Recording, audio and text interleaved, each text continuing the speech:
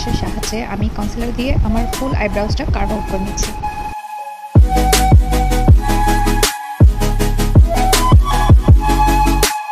Curve out করার পর একটা কনসিলার ব্রাশের সাহায্যে এটা আমি সুন্দর করে ব্লেন্ড করে নিলাম। আর এখন এখানে আমি আমার একটা পছন্দ মতো ময়েশ্চারাইজার দিয়ে নিলাম। আপনারা আপনাদের স্কিন অনুযায়ী কিন্তু আপনাদের পছন্দ মতো ময়েশ্চারাইজার দিয়ে নিতে পারেন। আর তারপরে হচ্ছে আমি আমার পছন্দের প্রাইমারটা ইউজ করে নিলাম। এখন এরকম একটা ডার্ক কালার কনসিলারের সাহায্যে আমি আমার স্কিনের এই দাগগুলোকে একটু কভার করে নিচ্ছি। এখন আমি একটা হোমমেড ফাউন্ডেশন ইউজ করতেছি। এখানে অনেকগুলো ফাউন্ডেশন একসাথে মিক্স করে এটা মেক করা হয়েছে।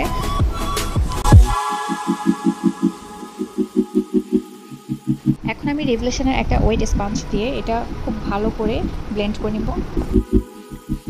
হাইলাইটিংয়ের জন্য এখন এখানে আমি আন্ডার আইতে এভলাইনের কনসিলার ব্যবহার করে ফেলছি। আর W7 এর বানানা লুজ পাউডারটা দিয়ে এখন আমি এটা বেক করে নিচ্ছি।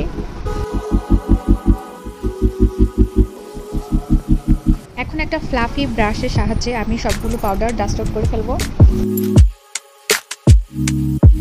ডাস্ট আউট করার পর ওয়েট পাপসটা দিয়ে আর একটু ট্যাপ ট্যাপ করে নিব ফেসটা, তাহলে হচ্ছে পাউডারটা আর ভেসে ভেসে থাকবে না, সুন্দর করে সেট হয়ে যাবে।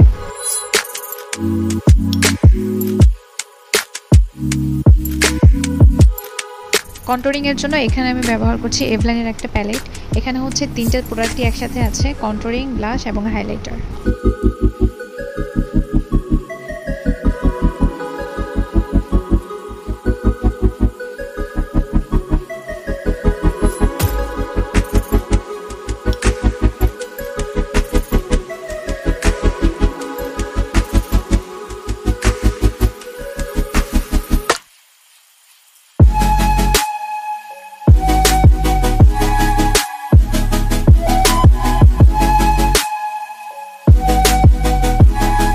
কন্ট্রোল, ব্লাশ এবং হাইলাইটার, এই তিনটার মধ্যে হাইলাইটারটা আমার খুবই বেশি ভালো লাগে। পার্সোনালি আমি খুব পছন্দ করি, আর সেজন্য আমি একটু বেশি করে হাইলাইটার ব্যবহার করছি।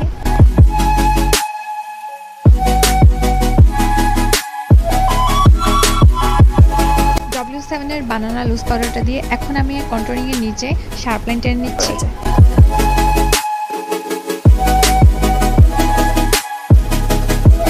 স্মোকি আই লুক করার জন্য এখন এখানে আমি একটা জেল আইলাইনার দিয়ে নিচ্ছি।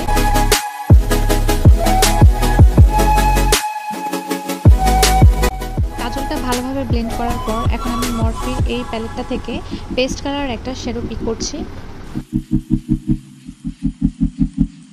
এখন এভাবে করে আমি এই শ্যাডোটা আমার লিডে কাজলের উপর দিয়ে দিব, দিয়ে হালকা করে একটু স্মাচ করে নিব। এখন আমি আলাদা একটা প্যালেট থেকে একটা ব্রাউন কালার